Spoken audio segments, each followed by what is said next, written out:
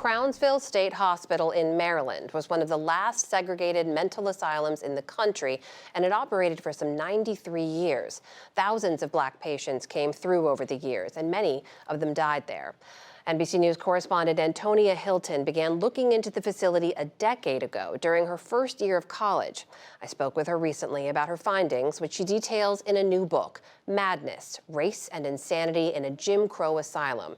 And I asked her why she wanted to tell this story. It was my freshman year, and I stumbled into a course about the history of psychiatry, and I became obsessed. On the one hand, it was an academic obsession, a passion for the history of mental health.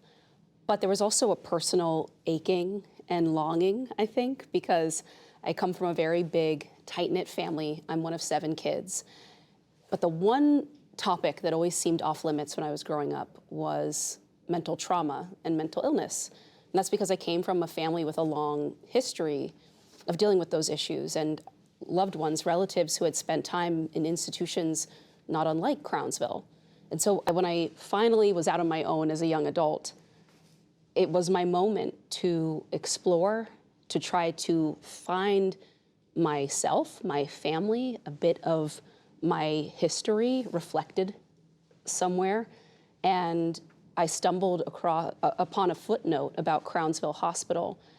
And I didn't know then what this would become, but I knew that I had found something really special and really important, a key piece of Black history, of the history of psychiatry, but really it's an American story, a story that I think implicates all of us. Tell me about what you uncovered, though, because you go on, as you mentioned, a decade-long journey uncovering documents, talking to people who work there, family members of folks who were at Crownsville as well.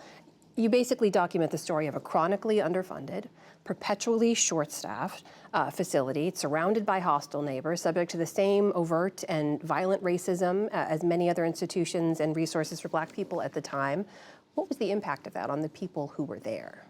Crownsville is this complicated institution that comes to reflect all of these evolving battles in our country. In its early years, founded in 1911, and one of the things that was most shocking to me that I found when I first embarked on all of this research was that this is the only hospital in the state of Maryland, and quite possibly the only hospital in the history of the United States, that forced its own patients to build it from the ground up. And this is because doctors at the time had very particular beliefs about Black people and their minds, their mental well-being. Many of them believed that emancipation was a mistake and that Black people weren't able to handle freedom, and that this rise in mental illness, in emotional disturbances that they were witnessing in the years after emancipation, they figured, well, it must be because they can't handle freedom.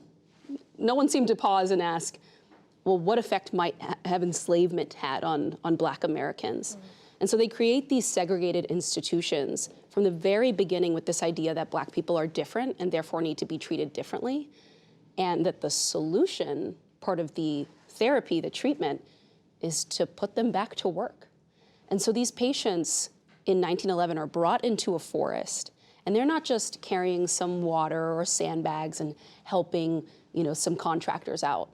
They are pouring cement, they are moving railways, they are building massive structures from the ground up, and they are working side by side through the day and night with contractors and electricians to build a hospital that, once it's complete, they're going to be marched inside and they're going to become its first patients. And so I often share that story with people so that they understand that this is really the beginning, the genesis of a story that comes to reflect so much of how Black people are then treated.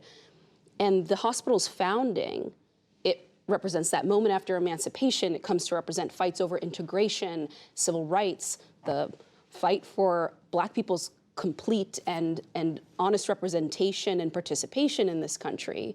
You document a number of horrific, quite frankly, accounts, acts of violence in Crownsville, abuse of patients, inhumanity that really just takes your breath away. But there's also moments of real bravery and real humanity, in particular from some of the Black staffers at the facility who really fight for people who aren't getting treatment. Does any one person or any one story stick with you? Oh man, there are a few. There's this group, this clique of Black women who arrive in the 1950s and 1960s, And they're some of the very first Black people get the opportunity to work at Crownsville. For its first several decades, it's a hospital that's all Black patients and exclusively white employees. Then integration comes, and slowly more and more Black local community members are able to get jobs and to treat people who don't just look like them, but in many cases went to school with them, rode the bus with them, lived down the street from them.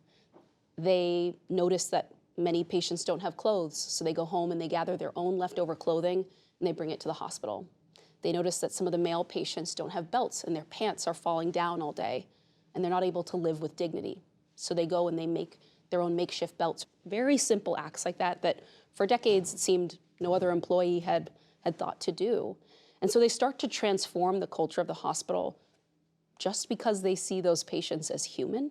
You dug into your own family history as part of your reporting as well, and the reluctance, as you mentioned, to talk about a lot of the mental health issues through the generations. You write this: in my family, the stories range from regular depression to anxiety to alcoholism and schizophrenia. We were warned about how much diabetes there was in our family medical history. It would have helped to know about the number of mental breakdowns, too.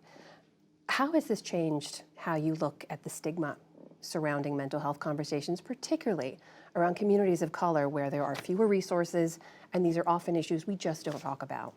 It gave me more empathy because there was a time when I was very angry at some of my family members.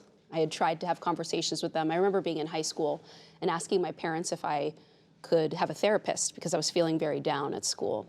And they said, no, that's not something that Black people do. Therapists don't treat Black people well. You can't trust them.